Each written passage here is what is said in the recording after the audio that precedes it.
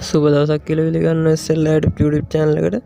අද වීඩියෝ එකෙන් යන්න තියෙන්නේ WhatsApp අලුත් අප්ඩේට් එකෙන් මොකද්ද වෙන්නේ කියලා ඔයගලන්ට කියලා දෙන්න. ගොඩක් කට්ටිය දන්නේ නැහැ මේකෙන් මොකද්ද කරන්න තියෙන්නේ කියලා. සමහරක් කට්ටිය අප්ඩේට් එක දීලත් නැතුව ඇති. ඉතින් අපි වීඩියෝ එකට ගිහිල්ලා බලමු අප්ඩේට් එක දෙන්නේ කොහොමද, දීලා නැති කට්ටිය ඒ ඔප්ෂන් එක පාවිච්චි කරන්න කොහොමද කියලා. අපි වීඩියෝ එකට ගිහිල්ලා බලමු.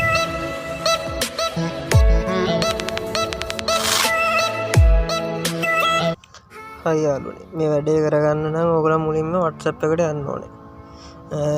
WhatsApp එකට යන්න ඕනේ. මම ඔයගොල්ලන්ට මුලින්ම පැහැදිලිව කියන්නම් මේකෙන් මොකද්ද වෙන්නේ කියලා. අපි සාමාන්‍යයෙන් කට්ටියට මැසේජ් යවනවානේ. මැසේජ් යවුවට පස්සේ ඒවා ඩිලීට් කරන්න පුළුවන් යම්කිසි වෙලාවක් ඇතුළත විතරයි. ඒ කියන්නේ පැයක් හෝ දෙකක් ඇතුළත යවපු මැසේජ් ඩිලීට් කරන්න පුළුවන්. එතනින් එහාට අපිට ඩිලීට් කරන්න දෙන්නේ නැහැ ඒවා. ඒ කියන්නේ යාට පෙන්නන්න නැති වෙන්න අපිට ඩිලීට් කරන්න බෑ. හැබැයි මේ ඔප්ෂන් එකෙන් දීලා තිනවා දවස් 7ක් ඇතුළත යවන මැසේජ් අපිට ඩිලීට් කරන්න පුළුවන්. මේ අපි ගිහිල්ලා බලමු කොහොමද මේ දැන් මේ මගේ තව account එකක් තියෙනවා ඒකෙන් මම පෙන්නන්නම්. දැන් මේ තියෙන disappearing message කියන ඔප්ෂන් එක තමයි මේ අලුත් අප්ඩේට් එකෙන් දීලා තියෙන්නේ. දීලා නැති කට්ටිය මේ Play Store එකට ගිහිල්ලා අප්ඩේට් එක දෙන්න.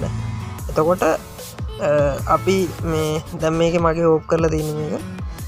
අපි මේක on කරන්න ඕනේ. on කරාට පස්සේ ඔයගලන්ට පෙන්නනවා මේ දවස් 7ක් ඇතුළත මේ මැසේජ් ඩිලීට් කරන ඔටෝම. ඒ කියන්නේ WhatsApp එකම ඩිලීට් කරලා දානවා. ඔයා මේක on කරලා තියෙන account එකට විතරයි. හැබැයි ඒ කියන්නේ දැන් ඔයා කාගේ හරි එක්කෙනෙක්ට විතරයි මේක. ඒ කියන්නේ කැමති කට්ටියට on කරන්න පුළුවන්. ඒ on කරපු කට්ටියගේ මැසේජ් දවස් 7ක් ඇතුළත ඩිලීට් කරලා දානවා WhatsApp එකේ.